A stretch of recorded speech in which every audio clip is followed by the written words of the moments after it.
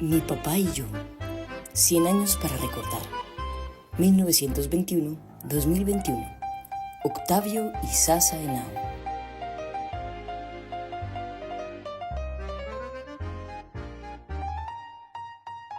Te honro, Padre querido. Ay, Manizales, ciudad del alma. Nací en Manizales. Mi padre estaba empezando su carrera como comerciante en la ciudad, administrando 2 almacenes de calzado propiedad de su hermano Gonzalo. Vivíamos en el barrio Cristo Rey, en una casa grande compartida por 3 familias: Óscar, el hermano de mi madre, su esposa Teresita, quienes fueron mis padrinos de bautismo, y Hernán Jaramillo, Belarmina y sus hijos. Mi nacimiento ocurrió el 20 de junio de 1953 en esa casa. Ese mismo día, después de mi llegada al mundo, mi padre viajó a Medellín con César, posiblemente por motivos relacionados con su trabajo. Fueron tiempos difíciles. Cuando tenía tan solo 3 meses, mi madre llegó a Medellín con 4 hijos. Fue un viaje largo, ya que mi papá vivía con sus padres y César en esa ciudad. Además, mi abuelo paterno, Aniceto, estaba enfermo de cáncer de pulmón. Ante esta situación, Carlos, hermano de mi padre, le dijo a mi madre: consigue una casa, yo la pagaré. Mi padre era un hombre cariñoso, afectuoso, alegre y amante de la diversión. Las navidades eran inolvidables, llenas de fuegos artificiales y la tradicional matanza del cerdo, celebrando de fiesta en fiesta. Mi padre era un enamorador y un soñador. Esperar a papá junto a mamá era motivo de alegría, ya que siempre llegaba con un dulce y un gesto cariñoso. En 1960 nos mudamos a la Castellana. Fue una década de abundancia, paseos y fiestas sin fin.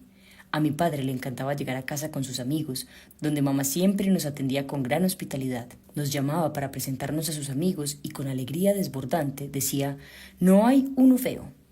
Nos hacía cantar y bailar, convirtiendo cada encuentro en una velada familiar. Recibimos clases de baile, ballet, guitarra, canto, poesía, castañuelas, entre otros. Guardo preciosos recuerdos de esas maravillosas veladas en nuestro hogar. Mi padre me introdujo en el arte de la adivinación.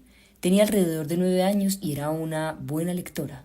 Un día me llevó un folleto que enseñaba cómo leer la ceniza del cigarrillo y me dijo: Reinita, ¿serías capaz de leer este librito y aprender a interpretar las cenizas?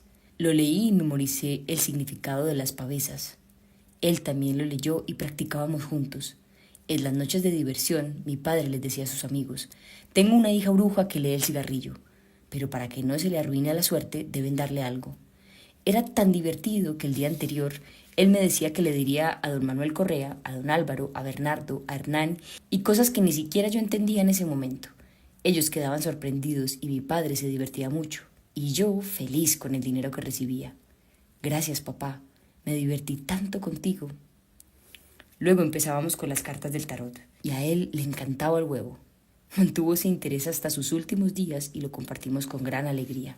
En nuestra casa de la calle 34C, número 81A10, teníamos un primer parque infantil en el patio y una biblioteca.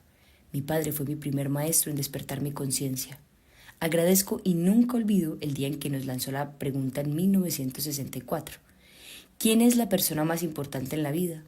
Con chocolates y bombones en la mesa del comedor, hacíamos fila y uno a uno respondíamos: Dios, mi papá, mi mamá, el niño Jesús, etc. Él se reía y nadie se ganó el chocolate. Luego nos dio a todos un chocolate y dijo: la persona más importante soy yo. Fue una gran lección. Mi padre era el centro de todas las reuniones. Sus palabras eran sencillas, reveladoras y revolucionarias. Solo bastaba una palabra y su rostro sonriente para animar incluso al más aburrido. Era extraordinario y hablaba desde la abundancia de su corazón. Cada una de sus palabras era una melodía de alegría. Nunca nos golpeó ni levantó la mano. Siempre decía: con la mano que se acaricia no se castiga. Solo bastaba una mirada de desaprobación para sentirnos regañados, corregidos, no aprobados. En la escuela fui elegida reina de civismo y simpatía. Durante las fiestas de la Semana del Niño, cuando estaba en primer grado, cada grupo elegía un representante para recaudar fondos para el paseo escolar. Yo representé a mi grupo. Era el año 1961 y competía con la hija de un diputado. Mi padre solo iba a la escuela durante las festividades y todas las maestras se encantaban con su presencia, además de los chocolates y dulces que les llevaba a todos. En una de sus visitas, la señorita Ángela Enríquez le habló sobre la competencia del reinado y le dijo a mi padre que quería hacer que yo fuera la reina, pero que la competencia estaba dura. Así que mi padre le dejó un cheque en blanco para apoyar el paseo escolar y asegurarse de que yo fuera la reina. Fue fantástico, original y único. Me convertí en la reina del civismo y simpatía. Jesucita, la hija del diputado, lloró mucho, pero el paseo escolar fue genial. Nos llevaron en 5 buses a una quebrada y preparamos un delicioso sancocho. En 1965, mi tío Alberto Izaza falleció a los 50 años. Yo tenía 12 años y fue mi primer duelo familiar. Todos lamentaban lo joven que murió, aunque para mí parecía tan viejo. Lo velaron en casa durante un día y toda la noche, con todos vestidos de luto, tomando tinto, comiendo sancocho y bebiendo a ríos licor. José Octavio, Genoveva y yo estábamos muy tristes, ya que lo enterraron un sábado y esa misma noche teníamos una invitación para bailar en casa de los Hernández, con una orquesta de moda, los Black Star. Mi mamá nos negó el permiso. Estábamos afuera de la casa con nuestros amigos, todos aburridos, ya que los 3 hermanos éramos los mejores bailarines de la época. En ese momento llegó mi papá con sus amigos, nos vio triste y nos preguntó qué sucedía. Le contamos y de inmediato se dirigió a mamá y le dijo: Mariela, los muchachos van al baile, el muerto al hoyo y el vivo al baile. Y así nos fuimos a la fiesta. Mi mamá y la familia llevaron luto durante 2 años, es decir, vistiendo de negro. Luego me dio luto y sin asistir a fiestas. Mi padre era la personificación de la alegría. Cualquiera que entrara en contacto con él inevitablemente se contagiaba de su genialidad. Vestía con mucho estilo, le gustaba llevar el pelo largo, era elegante, coqueto y atento. Además, era atractivo, como solía decir en mi época, un buen mozo, un bizcocho o un papacito. En el aniversario de bodas, el 21 de agosto, mi padre le llevaba serenata a mi madre y luego salían de viaje al mar con sus amigos en parejas. Era un excelente yerno y visitaba a la mamá Laura al menos 2 veces al año. Viajábamos hasta Aguadas en 2 carros, con nuestros conductores habituales, Guillermo Izaza y Leoncio, el vecino. Lo mismo ocurría cuando viajaban en avión. Se iban en aviones diferentes. Mi padre decía, para evitar que los hijos queden huérfanos de papá y mamá. Cuando salimos hacia Aguadas en 1960, Jorge Iván aún era un bebé y mamá estaba embarazada de Liliana. Mi padre siempre iba en el primer carro. En la glorieta de Santa Gema, la puerta delantera se abrió y mi madre salió del carro. Cayó sentada con Jorge en brazos, se raspó y se rompió el vestido. Mi mamá dijo: volvamos, me cambio y alcanzamos a Octavio. Guillermo, primo de mi papá, era quien manejaba. Cuando uno es niño, una cosa como esa parece normal, pero cuando creces, admiras, valoras y te sorprendes con la valentía de mamá. Papá estaba esperando y se asustó cuando se lo contaron. Sin embargo, la llegada a Aguadas era una fiesta. Las tías Fabiola y Judith se alegraban y mamá decía: se alegran más por Octavio que por mí. Mis padres siempre nos permitieron elegir dónde queríamos estudiar. Yo elegí el bachillerato Santa María de los Apóstoles, donde fui semi-interna en una finca. Por las mañanas estudiaba el bachillerato regular y por las tardes tenía clases de orientación familiar, una carrera de 3 años. El colegio estaba ubicado en el primer kilómetro entre Santa Elena y Río Negro. En esa época también impartía clases de ballet a niñas los sábados en nuestra casa. Mi papá patrocinaba la clausura cada 6 meses junto con los padres de familia. Son hermosos recuerdos. Cuando me iba a casar, le pregunté a papá qué significaba el matrimonio para él. Su respuesta fue sorprendente. Hija, es como un plato de mierda con una cereza en la mitad. La cereza es la luna de miel y el resto es comiendo mierda. A pesar de eso, me casé el 27 de agosto de 1971 con Francisco León Atertúa. A los 3 meses de casada y con 2 meses de embarazo, León me entregó, o como dice Zenet, me devolvieron. Solamente a mi papá después de un paseo al Peñol en la casa bote de Manuel y a Zenet. Mi papá preguntó por qué, y él respondió: porque no sabe hacer los frijoles como mi mamá y no sabe barrer ni limpiar. Estábamos aburridos y yo me alegré. Me encantó. Mi papá le respondió: hombre, yo le entregué a una mujer. Usted lo que necesita es una sirvienta. Acepto y el hijo que esperaba llevaría mi apellido y no se diga más. Se armó el escándalo en la familia, pero yo estaba feliz. Sin embargo, mi felicidad duró poco. León volvió arrepentido poco después, pero mi papá dijo: esto no es un juego. Mi mamá dijo que era culpa del alcohol, pero mi papá me cogió de la mano y me llevó adentro. La familia apoyaba a León para evitar más escándalos, pero mi papá me dijo: no, hija, quédate aquí. Me la tiene que pedir de nuevo y veremos. Yo le dije que no quería volver con él. León efectivamente fue a pedirme de nuevo, pero yo ya no quería. Mis tías, mi mamá y Genoveva se reunieron conmigo y me decían: tienes que volver, es tu marido, por el hijo que viene. Yo contenta decía que no. Intentaron rezar por mí, limpiarme con agua bendita, incluso creían que estaba poseída.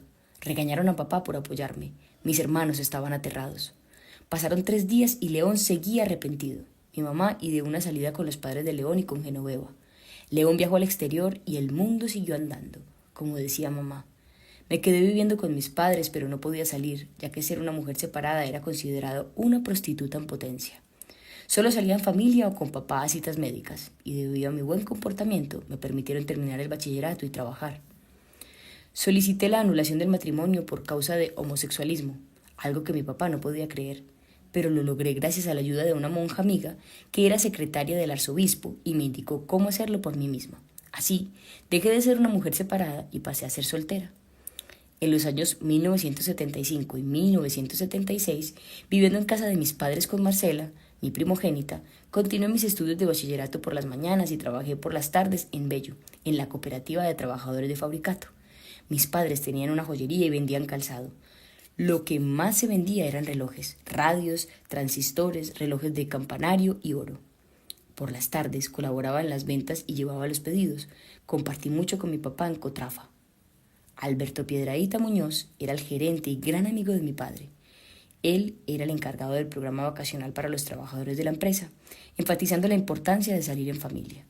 En ese momento yo ya formaba parte del comité de educación como cooperativista cuando mi padre negoció las tierras de Guatapé, Peñol, con Cotrafa, lo cual fue una novedad, llegando incluso a empatar con Tolú para crear Cotrafa Vacacional. Mi padre viajó con Alberto Piedrahíta, quien era ingeniero, y en uno de esos viajes llegaron a Necoclí, ya que la Escuela de Ingenieros de Antioquia les ofreció unas tierras allí. Sí, una montaña. Papá se enamoró perdidamente de Necoclí. Decidieron asociarse y para las siguientes vacaciones nos dirigimos hacia Necoclí. Llegamos al hotel Las Palmas después de un viaje de 24 horas con paradas en los ríos para disfrutar de un almuerzo sin prisa. Viajar con papá era todo un disfrute y una fiesta, aprendiendo sobre la carretera, al mar con su selva y peligros, incluía la famosa historia de La Llorona. Era toda una aventura viajar con papá, escuchando sus cuentos e historias. En ese tiempo la zona de la calle del cementerio en Necoclí era rural y la gente le tenía miedo al cementerio. Cuando llegábamos preparábamos comida y subíamos a la montaña en fila. Mi mamá desde la cima divisó una casa grande al borde del mar, la última y apartada, y le dijo a papá: Octavio, esa es la que necesitamos. Subir diariamente las compras aquí es muy pesado. Entre risas, mi papá respondió: claro. Resultó ser la estación de policía, que hoy en día es el hostal La Mariápolis. Nos encantó Necoclí. Todos los días, muy temprano, papá se sentaba con un tinto en la antesala de su habitación y leía los clasificados del Colombiano, donde se encontraban todas las ofertas y demandas de Medellín y el país. Papá siempre se mantenía informado, con el teléfono en mano, preguntaba y buscaba oportunidades. Pronto encontró que estaban vendiendo la casa que le había gustado a mamá en Necoclí y contactó al doctor Leonidas Rodríguez, su propietario. El doctor Alberto Piedrahíta lo ayudó a concretar la negociación. Fue un regalo del Día de las Madres. Fiesta. Pasamos todas las vacaciones de junio allí. Mamá iba a Necoclí en todas las vacaciones con todos los hijos y los amigos de los hijos. Papá llevaba a sus amigos también. Además, compró la finca ganadera La Fortuna, en la vereda Botijuela. En Necoclí hizo amigos y negocios. Donó parte del terreno de la montaña para el tanque de agua y proporcionó una caja fuerte para la iglesia, donde aún se encuentra el Santísimo. Incluso organizó la primera reunión del Consejo Municipal en el balcón de la Mariápolis, con almuerzo y todo. Me encantaba, era genial. Cuando terminé mi bachillerato dejé de trabajar y me uní a papá en la venta de seguros. Me capacitó Alonso Mejía Henao, un primo de papá que tenía una agencia de seguros. Nos íbamos juntos a Necoclí para hacer negocios. En 1978, cuando me fui a vivir con mi hija al Gran Parque de Urrao, papá tuvo una operación de estómago. Vine a Medellín para estar presente durante la operación y dejé a Marcela, mi hija, estudiando en Urrao bajo el cuidado de María, nuestra empleada. Después de un mes, papá fue a visitarme a Urrao, más bien a verificar cómo me estaba yendo. Disfrutó mucho de su visita, lo pasábamos muy bien juntos y luego me pidió amablemente que regresara a casa. Era humilde para reconocer, amoroso para valorar y exigente. Solía decirme: para tener señorío, además de ser, hay que parecer. Después de su partida, sus amigos me contaron lo mucho que le dolía que yo fuera separada. En 1978, en mi cumpleaños número 25, mi papá me regaló una bonita pistola pequeña plateada en un estuche, diseñada para ser llevada en el bolso. También incluía un salvaconducto. Sin embargo, decidí devolvérsela porque no me gustan las armas. Como mi papá era primo del general Mejía Henao, los salvoconductos en la familia no eran un problema. Mi papá siempre era detallista con todos nosotros, siempre atento con los regalos. Recuerdo que cuando cumplí 15 años me regaló un anillo de esmeralda que todavía conservo. Mi papá nos consentía mucho, tanto en joyas como en zapatos, gracias a su negocio en ese rubro. Gracias, papá. En 1979, mientras disfrutábamos en Necoclí, conocí a Juan Guillermo. Era biólogo y trabajaba en Corpo Urabá, sede Turbo, que tenía un programa en Necoclí para el cultivo de ostras en cautiverio. Él coqueteaba conmigo y mi papá le decía, ella está casada y tiene una hija. Juan Guillermo solía pasar en lancha o en carro y preguntaba por mí, y mi papá le decía lo mismo. Sin embargo, un día estaba con Alberto Piedrahíta y él le dijo a mi papá, Octavio, ella tiene la nulidad del matrimonio y puede volverse a casar. Todavía es muy joven. Fue así como, en la siguiente visita de Juan Guillermo, mi papá lo dejó entrar para que pudiéramos conversar. Yo regresé a Medellín, pero mi papá se quedó en Necoclí y Juan Guillermo lo visitaba. Logró conquistar el corazón de mi papá, mi mamá, mi hija y el mío. Fue durante las vacaciones de julio de 1979 que mi papá sufrió un cólico, justo antes de regresar a Medellín para hacer los preparativos de su viaje a Israel. Mi papá era cooperativista y había trabajado muchos años con cooperativas como proveedor, asesor y amigo. Mantenía una estrecha amistad con los gerentes de cooperativas como Fabricato, Pantex, Sedeco y otras, con quienes negociaba los kilos de tela que los trabajadores vendían para el exitoso almacén de retazos de mi mamá en La Castellana. En 1980, a mi papá lo invitaron a un congreso en Israel para cooperativistas, pero antes le exigieron someterse a exámenes de salud. Fue entonces cuando le diagnosticaron cáncer de páncreas. Ese día nunca lo olvidaré. Fue una gran lección de vida. El médico que le dio la noticia fue el doctor Leonardo Arango, quien era amigo de la familia. Yo fui la conductora ese día y lo acompañé al consultorio. El doctor le dijo, Octavio, tienes cáncer de páncreas y no puedes viajar. Mi papá le respondió, solo es un mes, voy y vuelvo. Pero el médico le dijo, Octavio, solo tienes 3 meses de vida, solo tienes tiempo para poner todas tus cosas en orden para Mariela y tus hijos. En ese momento rompí en llanto. Mi papá me miró y me dijo, hija, si en vida aprendí el buen vivir, en vida aprendo el buen morir. Salimos de la clínica Soma y le dije a mi papá que no me sentía capaz de conducir, que mis piernas temblaban. Le propuse llamar a Víctor Raúl o a Jorge Iván, que estaban cerca, pero él me contestó, no, tranquilízate, vamos a alquilar películas y no vamos a mencionar mi sentencia de muerte. ¿Me escuchaste? Y yo lloré, y lloré. Alquilamos 10 películas, sus favoritas de vaqueros, Cantinflas y muchas golosinas. Llegamos a casa y corrí a mi habitación a llorar. Mi papá le contó a mi mamá esa noche, luego nos citó a todos y nos lo contó. Nos consoló, pero nos costaba creerlo. En esa misma época ocurrió el trágico accidente de Jacqueline en Australia. Mi papá se comunicaba con los médicos. Con la enfermedad de mi papá y ese accidente vivimos otro capítulo de nuestras vidas lleno de aprendizaje. Rodeados de amigos de mi papá, como la abogada Sonia Valencia, la notaria Margarita Duque de Valencia, Alberto Piedrahíta, el doctor Darío Méndez, el oncólogo y otros miembros de la familia, amigos y vecinos. También la barra de Pichincha fue todo un acontecimiento. Mi papá decidió crear una sociedad en comandita simple para sus negocios, para dejar a mi mamá con todo el poder hasta el año 2000. Consciente de su sentencia de muerte, nunca se desanimó ni un solo momento. En esa época las opciones para prolongar la vida de los pacientes con cáncer eran limitadas. Juan Guillermo y yo estábamos de novios en ese momento. Él me había propuesto matrimonio, pero yo le di una negativa porque no estaba en mis planes y solo nos veíamos 4 días al mes. Juan Guillermo le contó a mi papá sobre mi negativa y le pidió consejo. Mi papá le dijo que hablaría conmigo y así fue. Me dijo, Irma, me voy a morir muy pronto. Si puedes casarte por la iglesia, déjame llevarte al altar y dejarte organizada con tu hija. El 21 de agosto celebramos su matrimonio. Los 37 de casados de su mamá y yo, mi despedida. Dígale que sí, hija. Él es un buen muchacho. Cásate. Con el corazón roto dije sí. Pasamos un mes preparándonos para la boda, reuniendo documentos legales mientras lidiábamos con el dolor por lo sucedido con Jacqueline en Australia. La salud de mi papá empeoraba y para el día de la boda ya le estaban administrando morfina, el doble de la dosis usual. Cuando mi papá nos llevaba a la iglesia como siempre, uno de mis hermanos estaba al volante y nos decía, Tienes tiempo de retirarte si quieres. Salimos ahora mismo hacia la costa, tratando de ponerme nerviosa.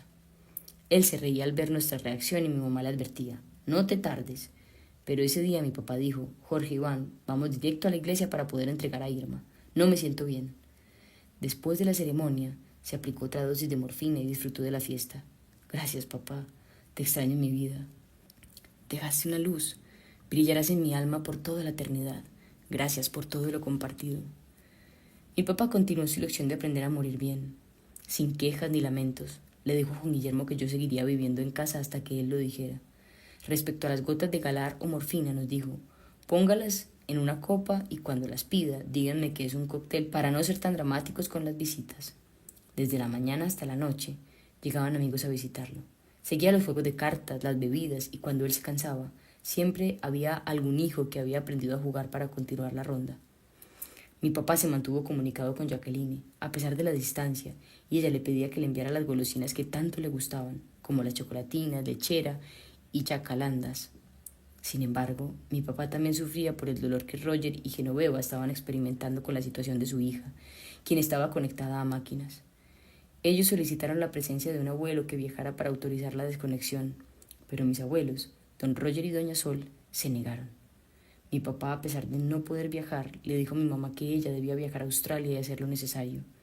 Después de la partida de mi papá y de su mamá, mi mamá cumplió con esa difícil y dolorosa misión de amor. Aunque a mi papá le habían dado 3 meses de vida, vivió 5 meses antes de partir. Después de su partida, llegó el mes de diciembre con su alegría característica. A pesar de los dolores del alma que teníamos, reinaba el amor y florecía la comprensión. Mis padres fueron maestros de maestros en cuanto a su enseñanza de vida. En ese mismo mes, a mi tío Rubén Darío, hermano de mi papá, le diagnosticaron cáncer en el cuello y tuvo que ser operado de urgencias. Durante su recuperación, él visitaba a mi papá y le pedía que orara por él. Mi papá, en tono de broma, le decía, hermano, ruego a mi Dios por mí, que yo rogaré por ti. Rubén respondía, ¿yo acaso estoy tan enfermo como vos? Y falleció el 28 de diciembre, y ese día mi mamá, preocupada por cómo se sentiría mi papá, esperó la llegada del oncólogo Darío Méndez, quien se había convertido en su amigo y lo visitaba a diario. Cuando casi todos los hijos estábamos en casa, le contaron a mi papá sobre la muerte de su hermano y él dijo, ¿y qué están esperando para acompañar a mi hermano? Yo no puedo ir. Para el 31 de diciembre, mi padre estaba animado, despedía el año viejo con alegría y recibía con entusiasmo el año nuevo. A pesar de su debilidad física, nunca perdió su alegría y encanto. Compraba docenas de calzones y calzoncillos amarillos y nos hacía cambiarlos a medianoche. Celebrábamos con incienso y la tradicional tirada de huevo. Nuestros amigos, vecinos y familiares también participaban en las festividades. Mi padre me preguntó si mi mamá había comprado todo lo necesario para la celebración, y ella respondió que sí. Sin embargo, ese día fue difícil. Mi papá nos decía, mi reto es pasar al 81. Cuando llegó a la medianoche, pidió sus calzoncillos amarillos y el huevo, pero mi mamá se los había cambiado por los suyos. El de él se rompió, estaba en mal estado. A pesar de eso, mi papá exclamó, ¡Feliz 81! Lo logré. Brindó con un cóctel y pidió que las botellas siguieran fluyendo, y estábamos de fiesta. ¡Qué valentía la suya! Los siguientes 20 días después de su partida fueron difíciles, pero él no los hizo fáciles. Los últimos 4 días fueron especialmente dolorosos, ya que los médicos decían que no sabían cómo seguía con vida y mi mamá decía, los hijos. El 20 de enero por la mañana mi mamá nos convocó a todos alrededor de la cama donde mi papá yacía muy delgado. Ella dijo, Octavio, gracias. Hemos formado un hermoso hogar. Hijos, aquí tienen a su papá, el mejor. Él se va y los bendecirá. Con un crucifijo en las manos de mis padres, uno a uno fuimos pasando. Mi mamá pronunciaba el nombre de cada uno y los bendecía. A mi papá le rodaban las lágrimas. Fue un momento sagrado que quedó grabado en mi corazón. Después de eso, mi mamá nos dijo a todos que debíamos salir de la casa y que ninguno de nosotros podía volver a entrar hasta que ellos nos llamaran. Solo Manuel Rivera, esposo de Asenet y amigo de mi papá, se quedaría con ella en la antesala. Allí estaban también el doctor Méndez, Alberto Piedrahíta y Sonia Valencia. Mi mamá nos dijo que mi papá no podía desprenderse de nosotros, que nos amaba mucho, pero que él necesitaba descansar. Nos pidió que lloráramos su partida allí mismo, porque ya no lo volveríamos a ver. Mi papá dijo, Mariela, mis hijos, tú te quedarás con ellos, con un tono de lamento. Nos sacaron de la casa y 1 hora después mi papá partió. Su partida fue honrada con lágrimas, homenajes florales nunca antes vistos y la presencia de miles de personas. La funeraria de Cotrafa se encargó de llevar un cuerpo a la sala de velación y mi mamá me dijo: Irma, ve con tu papá, yo llegaré más tarde. Alberto Jaramillo, un amigo cooperativista de papá, fue el conductor del coche fúnebre. Caía la tarde, se murió mi papá. Creí que todo se detendría y no fue así. Todo continuó igual. Pensé que no volvería a comer ni a reír a carcajadas y me dio hambre y volví a reír. Tenía 3 meses de embarazo y mi papá celebró esa nueva vida, Ángela María. El 21 de enero de 1981 fui a la última morada de mi amado padre, en el cementerio de San Pedro, mausoleo de la familia Isaza Henao, con dolor, amor y admiración. Octavio Isaza Henao, esposo responsable y amoroso, padre irreemplazable y perfecto, hermano íntegro, tío comprensivo, abuelo cariñoso y juguetón, amigo como ninguno, maestro de vida y muerte, dejó vacío a aquellos que lo conocimos con sus manos siempre dispuestas a dar. Tanto dio que sus enseñanzas las practicamos eternamente. Que Dios Todopoderoso junto con Él nos guíe en la vida. Hoy como siempre nos llenan tus recuerdos. Enero 20 de 1981. Los tuyos. Durante una hermosa época de gran apogeo, mis padres decidieron celebrar sus bodas de plata con una reunión familiar en casa. Para esta gran ocasión, mi papá eligió un hermoso anillo de diamantes para renovar los votos matrimoniales, el cual fue admirado por todos los invitados. Decidimos organizar un viaje a Aguadas al día siguiente para llevar a la abuela Laura, y el flamante anillo de diamantes recibió una gran admiración durante el viaje. Al regresar a casa al día siguiente, mi mamá se dio cuenta de que no tenía el anillo de bodas de plata. Esto causó un gran susto y preocupación y me dijo: yo no cuido alhajas, sino niños. Sin embargo, no le dijo nada a mi papá, pero para su alegría, cuando se puso su pijama esa noche, apareció la joya. Al día siguiente, mientras mi papá se bañaba, llegó un amigo suyo, un negociante de carros con un Nissan Patrol doble cabina. Felicitó a mi mamá por sus bodas de plata y admiró el anillo de diamantes como una gran joya que costaba lo mismo que el carro que tenía estacionado afuera. Sorprendida por su gran valor, mi mamá le dijo que si lo cambiaría. Cuando mi papá bajó a la sala, mi mamá le dijo: Octavio, este carro me sirve más para nuestros hijos que este anillo de diamantes. A lo cual mi papá se rió. El negocio se cerró y así disfrutamos muchos años del flamante carro. Irma. Lectura y edición de audio: Paulina Giraldo Incapié.